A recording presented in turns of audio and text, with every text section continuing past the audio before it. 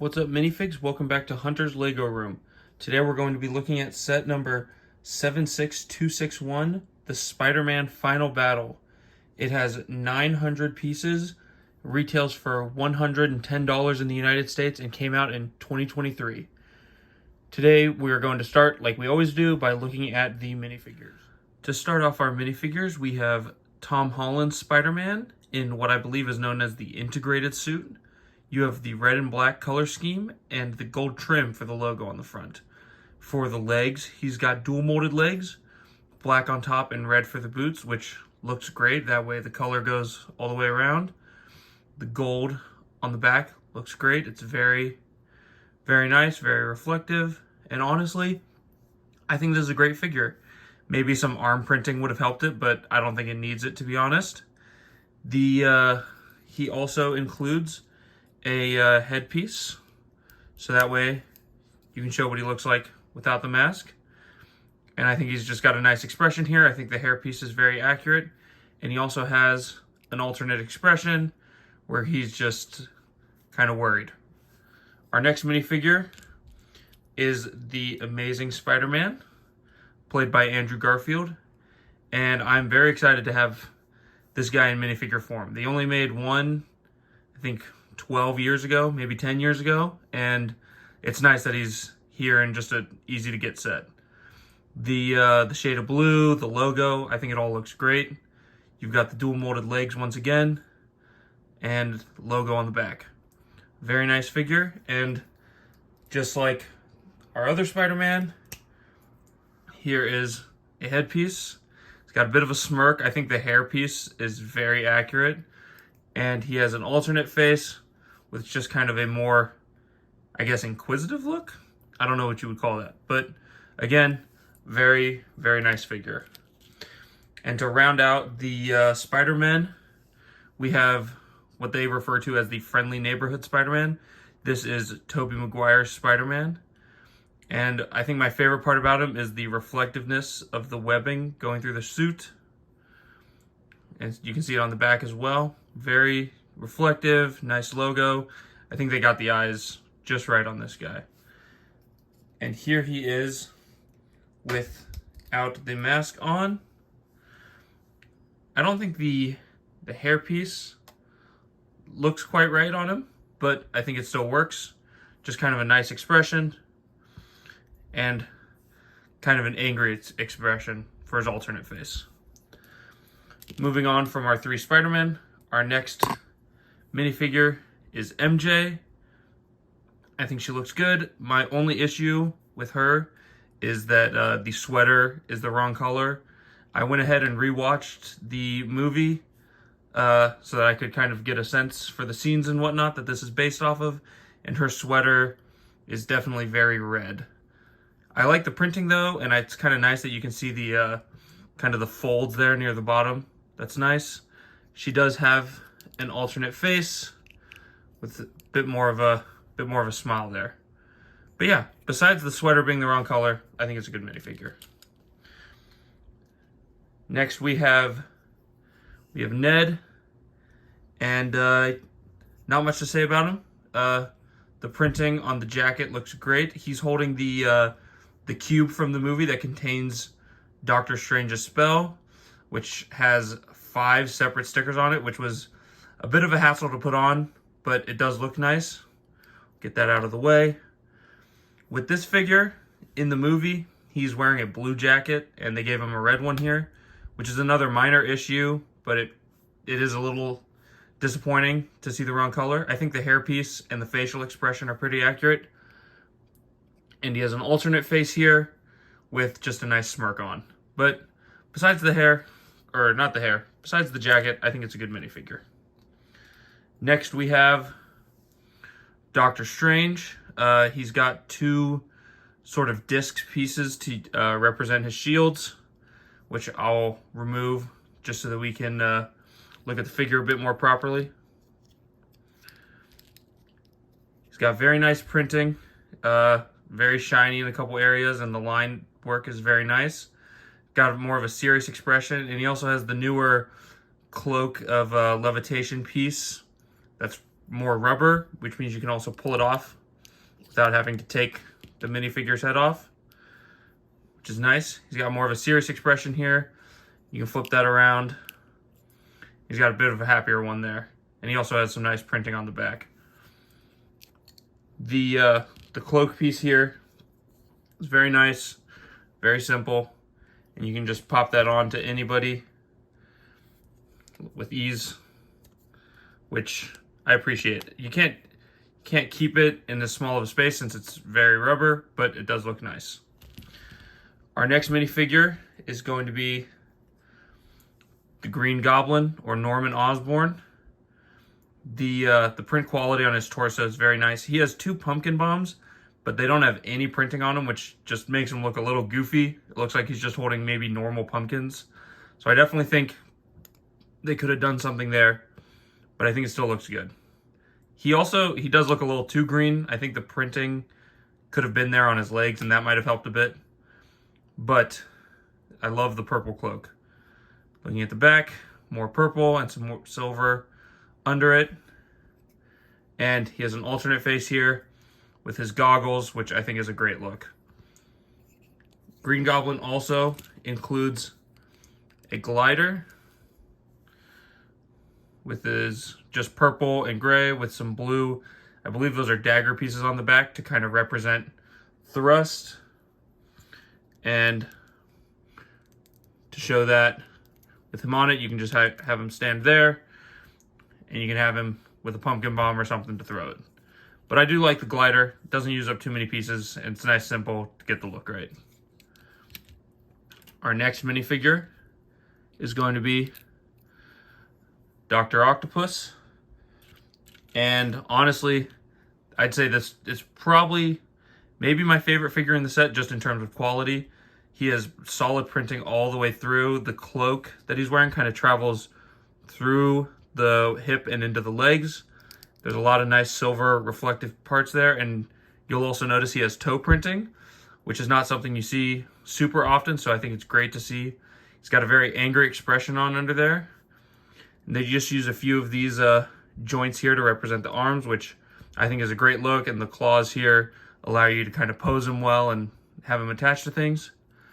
Moving on to the back, we're going to go ahead and take off his arm attachments so that way we can see what the torso looks like under there. And once again, they didn't even need to include back printing if you ask me, because it's covered up by the harness.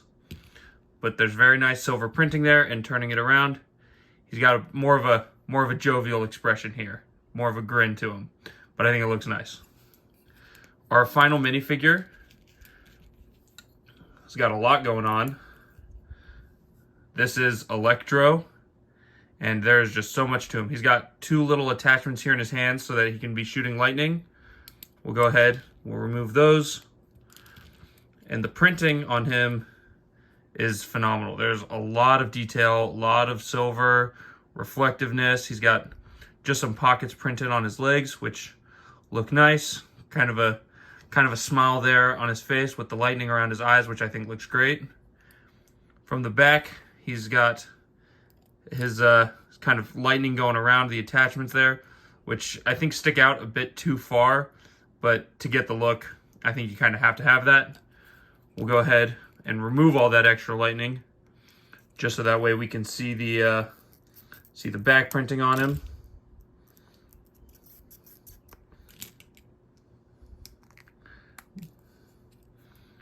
Just like that. Once again, very nice printing on a figure you're not even going to look at the back of because it's covered up with the harness. But it looks great. No alternate face for him because his hair would not be able to cover it, so you would just be looking at a second face on him, which would not work. So now we'll go ahead and we'll transition into looking at the build itself. So here we have the Statue of Liberty's head. This is where the final battle of Spider-Man No Way Home takes place. You have a lot of scaffolding around the outside going around the whole thing, and that is to just aid in minifigure posing because there's not quite enough room on the plates themselves to fit the minifigures. You're going to kind of have them in the air around the whole thing.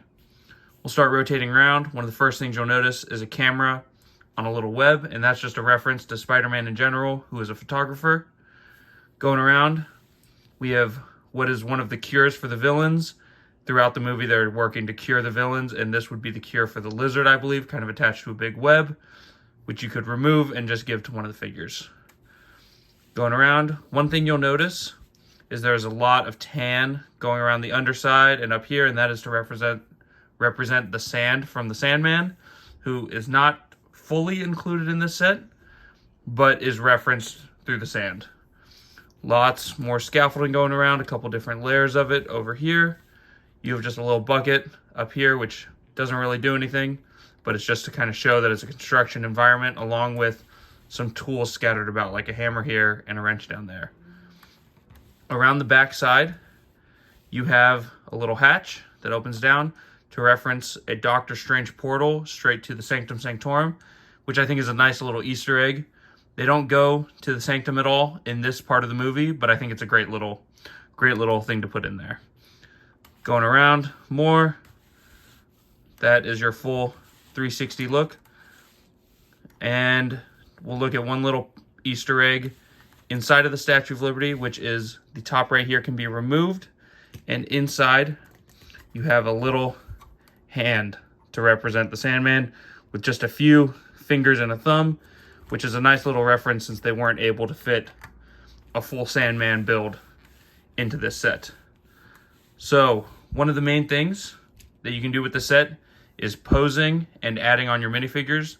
One little thing they do to kind of do that is a Doctor Strange portal ring right here, which can be added to any of the numerous scaffolding locations to just show a portal that characters are coming through, which in a moment I will show how you can pose figures all throughout the set. Another thing included are these generator boxes. There are 2 of them in the set, which have a clip on one end to clip to scaffolding and a pin on the other end to hold these.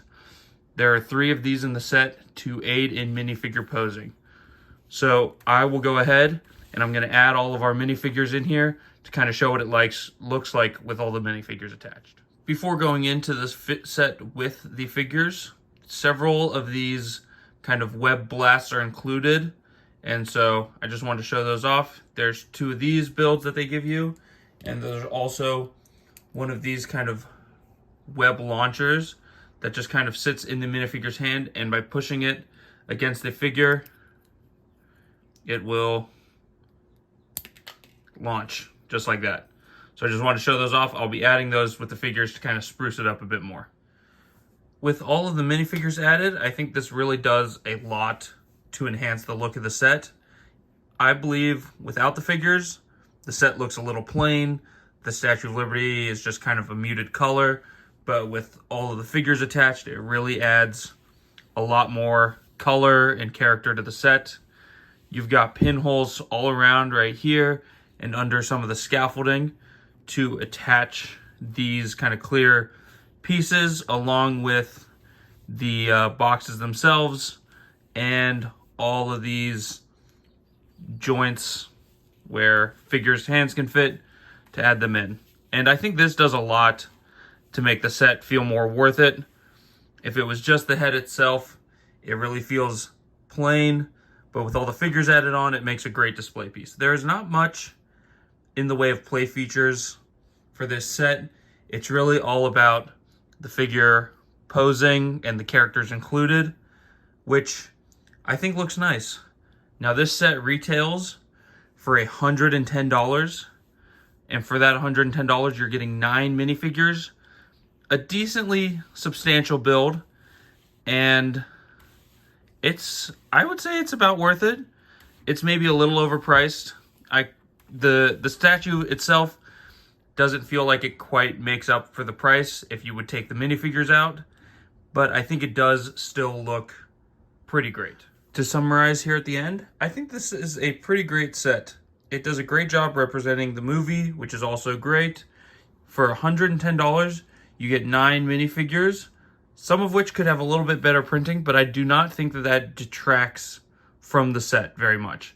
You have a lot of different posability options with the clips all around the set, the portals, And I think that does a lot to add on to the set.